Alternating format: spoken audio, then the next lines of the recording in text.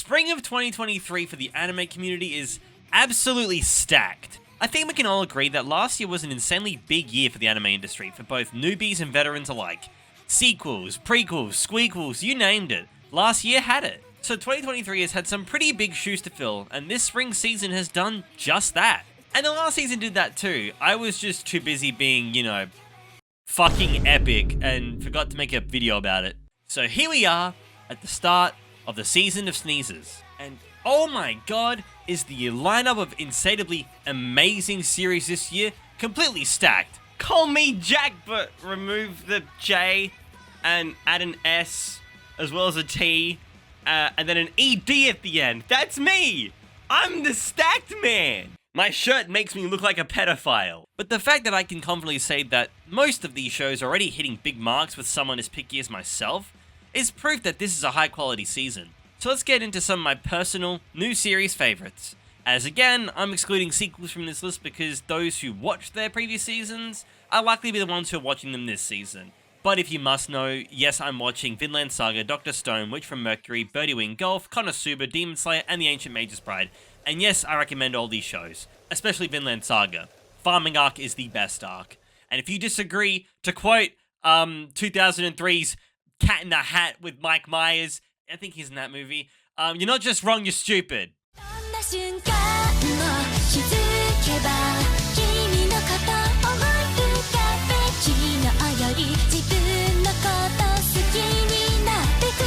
My Clueless Friend.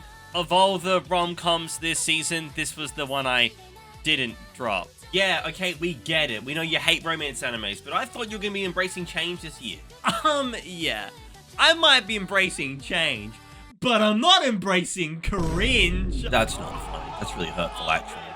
Sorry, liberals, but you just got epic pwned. To clarify, Skip to Loafer is a great-looking show and has a really charming cast of characters, but I just wasn't super drawn into it. And Otonari ni Ginga has a cute premise, but it's mixed with some of the most lackluster character writing and incredibly, pardon my French, animation quality. While Studio Signpost My Clueless Friend is a genuinely adorable series with a really good grasp on what it takes to make an endearing cast of characters. The premise is simple. You have a 5th grader named Akane, who because of the way she conducts herself at school is laughed at and given the name the Grim Reaper, believed to be due to her gloomy personality and sharp eyes. You then have Taiyo, a cheerful and extroverted boy who has the unique ability of being, well, dumb as shit. You see, when Taiyo hears that Akane's been given the nickname of the Grim Reaper, he thinks it's the coolest title ever, and immediately wants to befriend her, truly believing that she is associated with the Reaper of Souls themselves.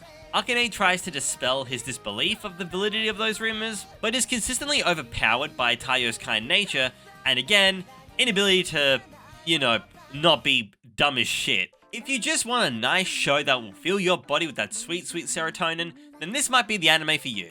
The original creator Taku Kamamura hasn't exactly done anything before that has really garnered a mass amount of attention, so I'm hopeful with this new series, perhaps it'll motivate him to continue to create, as he clearly has a knack for wholesome, and an understanding for just what makes the heart do the doki doki thing. Alright, now that baby show's out the way, let's talk about the real men shit, yeah! Real men anime, yeah, I'm looking at a frame, yeah! Men anime, we're gonna talk about Yuri Is My Job.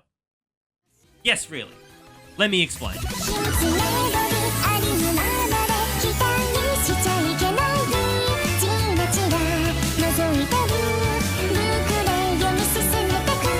So Yuri Is My Job is an anime I've been anticipating for a while. I've said it before and I'll say it again. Yuri is the purest form of love, and if you dare tread upon the white flowers of that Yuri petal garden, I will find you and I will kill you. But Yuri Is My Job isn't your traditional shoujo romance. In fact, it barely even is a romance series to start off. It isn't until much later down the line that it explores more concretely the incredibly tough world that people who fall for the same sex unfortunately tend to face. From stereotyping to falling in love with other straight women. It does a really fantastic job at looking into these ideas when they aren't exactly explored much in this medium despite it being a prevalent issue. But look, that's enough of that. Let's talk about what you're getting from this anime season. If you like stories where characters all have different motivations and means of conducting those emotions despite how cruel at times and selfish those emotions will be, then you will love this series. If you're a fan of stories about characters slowly growing into relationships, as well as stories about the inabilities to express one's love properly, then this snowball of character misinterpretations will be right at home for you. The psychological warfare aspect of this series is at times exhausting, but that's kind of the point. You see, putting up a facade in itself is a tiring act. Not speaking the truth because you fear what the truth will bring is a really scary thing to face. These very real ideas are explored in this series brilliantly. While unfortunately the first season will be based on the weaker parts of the story, you will still have some genuinely great character writing and theme exploration. While its animation and art style aren't exactly anything to write home about, in fact at times it really misses the mark with its lackluster animation and inability to exasperate comedic emotions like the source material does, this adaptation makes up for it with its genuine understanding of what kind of message its source material was trying to push. Facades and lies are only temporary protections, but sometimes being truthful will be what hurts the most. While there is another godlike show this season that does explore the theme of lying, this is a series that is really heavily focused on what it brings to relationships, but also how it can destroy them. While I do think as of right now, the manga is the superior experience, trust me, I would know, I do think the anime is a very solid adaptation that I'm sure both Yuri enjoys and just people who want a cute and fun romance with some genuinely great themes and meanings will have a great time with. You know what? I'm kind of enjoying all these little wholesome shows. Maybe I'll put my code up and just watch more wholesome content instead.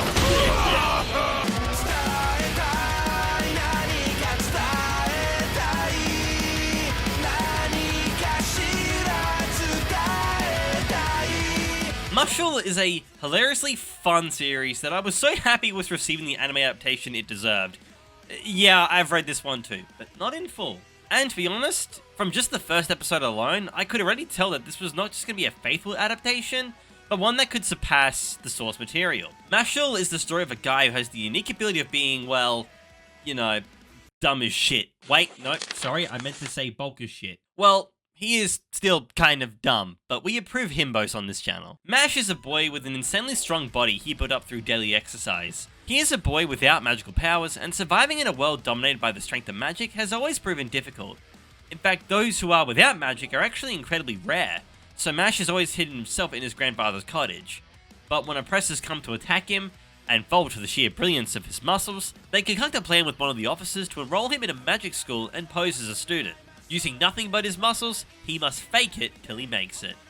And my guy, while not an actor in the slightest, is proving he absolutely has what it takes to go the distance. This will be one of the funniest anime to come out all year. One would think that a premise like this would go stale pretty quickly, but not so. Hajime Komodo has a real knack for presenting our hero with unique and fun obstacles, whilst coming up with absolutely insanely fun and dumb solutions to these problems. If you're a fan of JoJo logic, you'll like this. Just you wait until he has to prove he can fly. This shit is so chaotic and stupid, and I'm all there for it. A1 Pictures also managed to capture that super goofy aesthetic that the manga had as well. The absurd and fun flair is right on point with the first few episodes, and I'm sure if they keep it up, they can also probably reflect the wickedly absurd circumstances still to come. Also, my boy Mash, despite being a tower of muscle, has a really nice and endearing personality. You can't help but root for the little guy. He just wants to support his grandpa. He takes criticism and wants to fit in. He's just an overall small guy who likes cream puffs. I don't have another reason. I just like the weird sound effect. Hell yeah!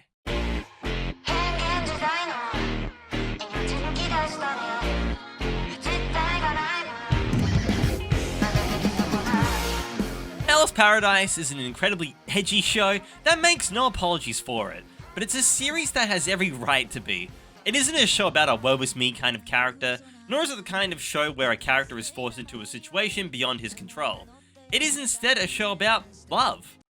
Fuck, it's another romance anime. How does this keep happening? The main lead, Gabamaru, is an absolute force to be reckoned with.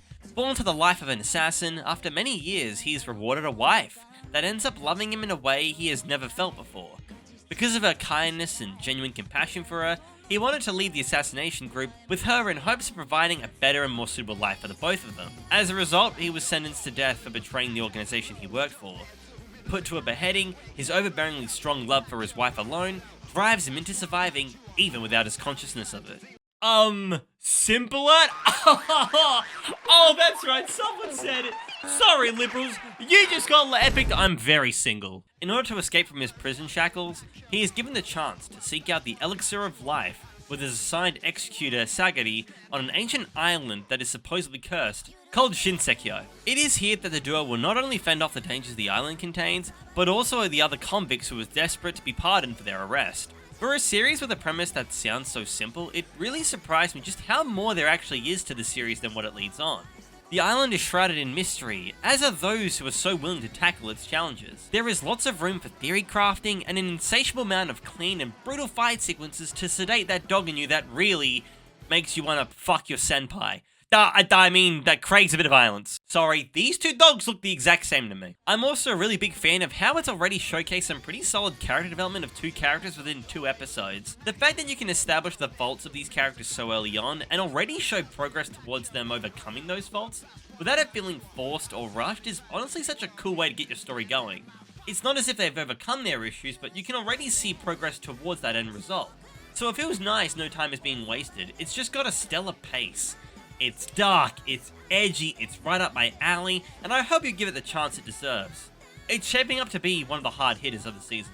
Also, oh god, this opening is so tasty.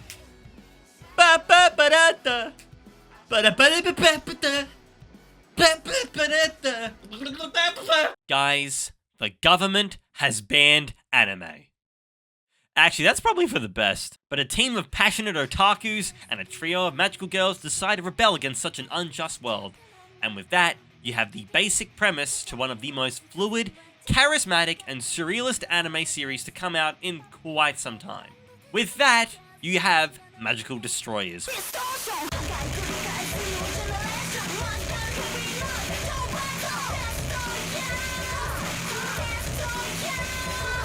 Which is without question the hidden gem of the season. In fact, the only reason why I gave this series a shot is because of 2 words: Hiroshi Ikehata. If you're a long-term anime fan and you haven't heard of Magical Destroyer, that name alone already has you looking into the series. But if you're unfamiliar, let me give you a list just roughly of some of the amazing work this absolute powerhouse has done. FLCL, Gurren Lagann, Flip Flappers, Black Bullet, That's freaking incredible. Wow. Kill la Kill. This dude isn't just part of the animating staff. I believe he's at the helm of it, and is working alongside a brilliantly talented and dedicated team of animators. This series exudes a creativity to a dimension that may even rival some of my videos. Like, this might be better than 2014's Cooking with the Mickle Pickle, and that video was certified epic. In fact, it was so fire YouTube took it down. While the fight scenes are obviously very visually stimulating and surreal, it's the fact that it handles its more comedic, character, and world-building-like moments with just as much care that makes the series stand out above the rest. The storyline is silly, the jokes are dumb, the characters are ridiculous. This show is amazingly stupid. It's as if it's treading on its own wavelength without realization that there are people even watching, but oh my god, we are.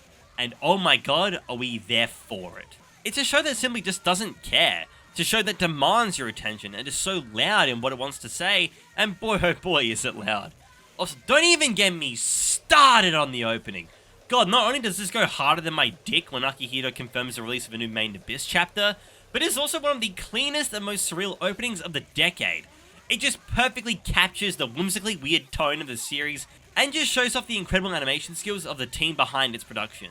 This series is absolutely worth your time, with unique waifus, a fun cast of otakus, who just, very, very accurately portray us weebs.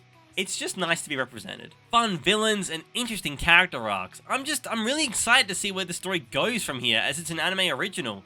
But the sheer, visceral level of absurditism is exactly what I need, and should be convincing enough to get you to put it on your watch list. Also, before you ask, Pink is best girl. No questions asked. If you disagree, you can gobbo gobbo gobble on my nutsack.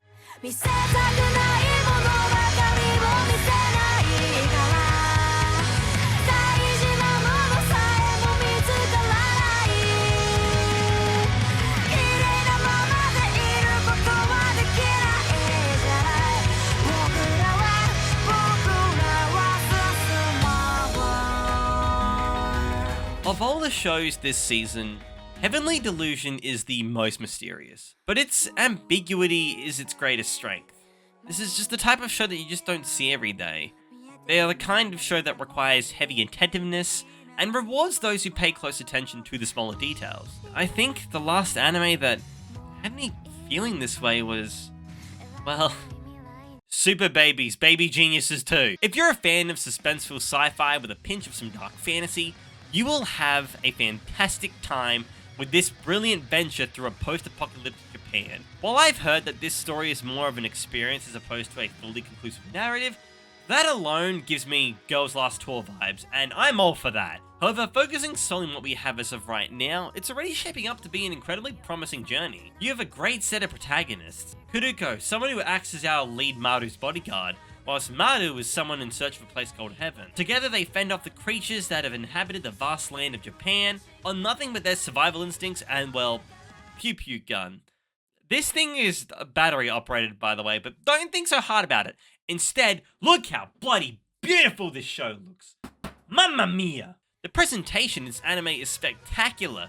You get a good sense of just how vast this land is, and when indulging in what this land has to offer, you get the chance to simultaneously unveil its secrets and encounter the devilish beings that inhabit it. I also really appreciate how the story seems to be focusing on various themes, from sexuality and sexual identity, to the price of naivety and the coming of age. And that has only been in the span of 3 episodes, so I'm super curious to see what other ideas and what other mysteries will unravel the deeper we delve into this hellscape. Hey, wait a second, this reminds me of Made in Abyss a little bit! Also, in regards to how fantastic the presentation is in this series, I really have to give credit to the team who handles the background art in the show. It brings out so much life in every single frame, with a masterful color grading as the cherry on top. And then there is the expressive nature of the character animation. Everyone moves so fluidly when required, and then you get incredible compositions like this moment. This isn't CGI, by the way. How the fuck? It takes a good writer and some fantastic direction to create a world as fanatical and immersive as the one presented in Heavenly Delusion, and I'm happy to say Production IG knocked this one out of the park. 私の推しは愛一択でしょ。彼女が夢見た道を歩く。その姿を見届けたいだけなんだよ。きっと賑やかで楽しい家族になるよね。元気な子供を産ませるって君が悪い。上手にやるからなわけないでしょ。愛してる。Every now and then, an episode comes out of an anime that completely cements itself as a moment in time that the anime community will never forget. Classic examples include Demon Slayer's brilliant episode 19, to One Piece's episode 1015, to episode 13 of Angel Beats, from Attack on Titan season 3 episode 17, Hunter x Hunter episode 116. There are so many moments in anime's history where a certain moment will just leave an impression on you forever. And the first episode of Oshi No Ko, in particular the remaining 30 minutes of its full 90-minute feature, is a moment in time that will forever be unforgettable to me. While I'm sure not everyone will have the same kind of time I did with that episode, I can't help but sing praises. You see, it takes a lot, and I mean a lot, to have me completely head over heels for your story. I'm a really picky guy when it comes to anime, and an even pickier guy when it comes to talking about it. But Oshi No Ko tore through my incredibly high expectations like it was paper. Hell, I made a video on it completely unprompted without a script because I just wanted to get my thoughts out there and convince you to at least give it a shot. While it might not change you as it did me, it will offer a perspective you more than likely have never really thought about, and that is a perspective that you will likely to continue to think about going into the future. This is an anime that has a message that is meant to be heard and meant to be remembered. While it is a mystery series and the story seems to be taking a more unique turn, I feel it will continue to push important messages and explore ideas and themes that are incredibly relevant to today. In one episode, it exclaims so loudly just how awful the idol industry can be, while deeming itself a work of fiction but clearly outlining just how corrupt certain aspects of the industry very much are. That is such a fine line to cross, yet I'm so proud that Akasaka Sensei decided to take that step. But not only that, he offers a perspective that is commonly forgotten about, and that being just how tough a life that is associated with fame can actually be. It deconstructs fame and showcases the worst aspects of it. From dealing with intense and mentally unstable stalkers to dealing with irrational and idiotic preconceptions haters have of a celebrity, to the endless and tireless working conditions, to being forced into secrecy, all these very common things that people who are mere outsiders looking in may never really think about. What a brilliant and painfully realistic lesson to spread that is so commonly forgotten. The person you see on that pedestal of fame is never truly the person you know. You don't know what they're going through, what it took to get to where they are now. But look, I could go on and on about messages, so now that the passion spiel section of this video is done, can we now talk about just how pretty this show is? Mamma mia! First of all, the animation is spectacular. The dance sequences look absolutely crisp, and this episode has proven that even outside of those heavily required animated moments, it handles its more somber moments with just as much flair. It just knows exactly what it needs to do to captivate you. Each scene is brilliantly crafted and brimming with purpose. It feels like every single moment in this has reason. Yes, I mean every moment. Let me explain. Anime is a fucking weird medium. It has some really weird ideas in it, and perhaps I'm conditioned to them because of my 15 plus years as an anime fan. Alright, that's a lie because even that dog anime was a bit much for me. I feel as if a story like this one really wouldn't have worked without its use of reincarnation. It needed absolutely absurd circumstances to reinstate just how at the mercy of fate all these characters actually are. Anime is the only medium I know where you can be so absolutely crazy in premise that relies on its main mid-20s character reincarnating as their favorite underage celebrity's baby and make it, well, somehow so endearing to the point of tears. I cried twice. I'm telling you, despite how absolutely absurd that premise is and how weird that first half may be at first glance, I assure you, this isn't that kind of show. Just take my word for it. This series absolutely deserves your attention.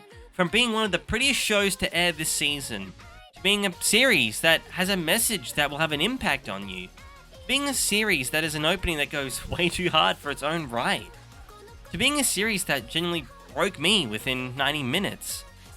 Being a series that, well and truly, just stands for something.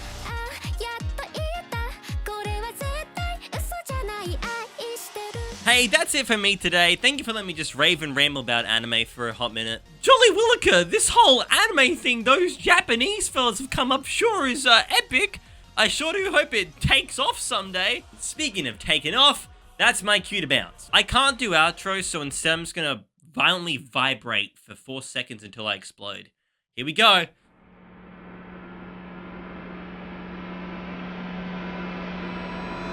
Why didn't I explode? You thought I was gonna explode again during that little break. Okay, oh you know, I did think you was gonna explode. Ha! Sucked in, liberal! You just got epic